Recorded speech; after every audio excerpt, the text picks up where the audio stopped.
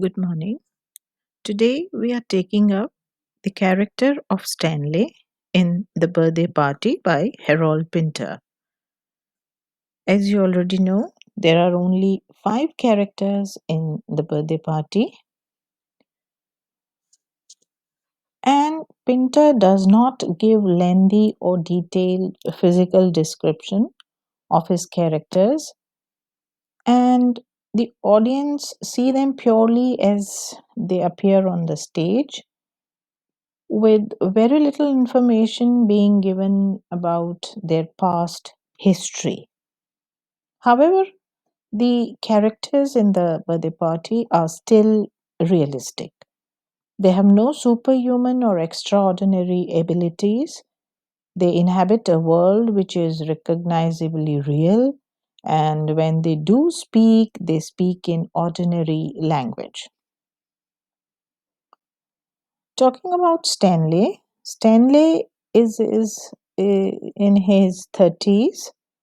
He's scruffy, unshaven, and probably dirty. He wears spectacles, and when the audience or the reader first sees him or reads about him, he still has on him his pajama jacket. We are told that he's lazy and stays in bed as long as he can in the mornings. He never leaves the boarding house and appears to have been staying there for some considerable time. He enjoys commenting and taunting Meg and making fun of her simplicity and desire to please him, while he partly encourages Meg to act as mother to him. There is also an undercurrent of sexuality in their relationship, and there is some kind of tension too. Stanley has occasional bursts of violence, as we see. Outbursts like we are shown in the play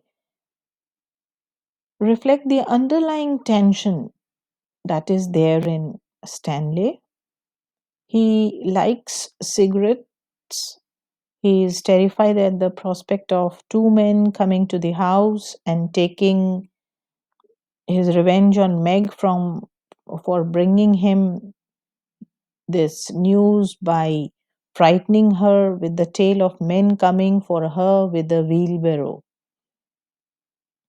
It appears that he was once a pianist, but that he no longer plays. At least Meg says, "When are you going to play it again?" He boasts to Meg about a job he has been offered as a pianist on a round the world tour, but it does not seem as if this boast is based on fact. And once he says that I once gave a concert. So this sentence suggests that Stanley has only ever given this one concert and that his other claims are wild boasts, only given in order to boast himself in the eyes of Meg and perhaps even himself. It seems at this concert he offended an unnamed person or group, so he had to give up his career. Stanley is presumably lying to Lulu when he says, I was in the sea at the past 6:30, and she provides an accurate description of him. You are a bit of a washout, aren't you? And when it is Stanley's birthday, he tries to deny this. He tells McCain that he spent some time in Maidenhead and that he had a private income. In one of the speeches of McCain, We find there are links with the family, security, and personality. They are being revealed.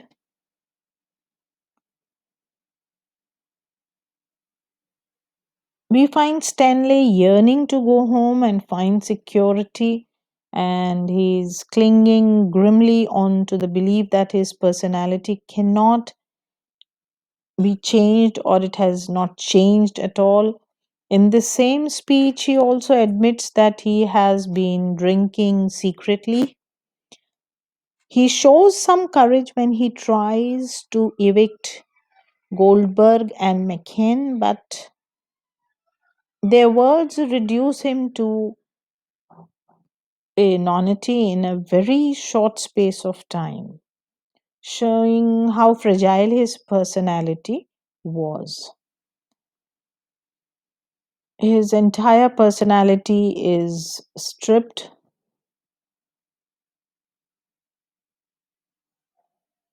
Another one emerges, another personality of his emerges, which prompts him to be violent to Meg, and sexually he attacks Lulu, even kicks Goldberg in the stomach. So one could say that this shows the return to primitive instincts, and perhaps be suggested that primitive man is never very far beneath the surface, and maybe the symbol of Stanley being forcibly removed from the false childhood that he has tried to create in the house.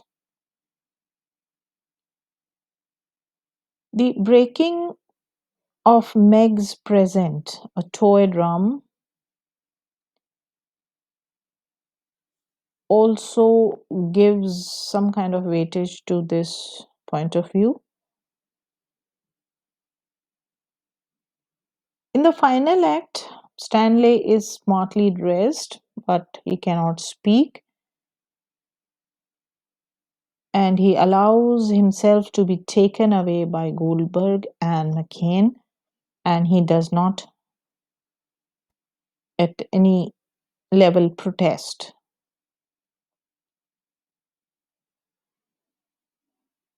One can say that Stanley Weber is an insecure, immature, unattractive man, and a victim of forces that he could not control nor understand.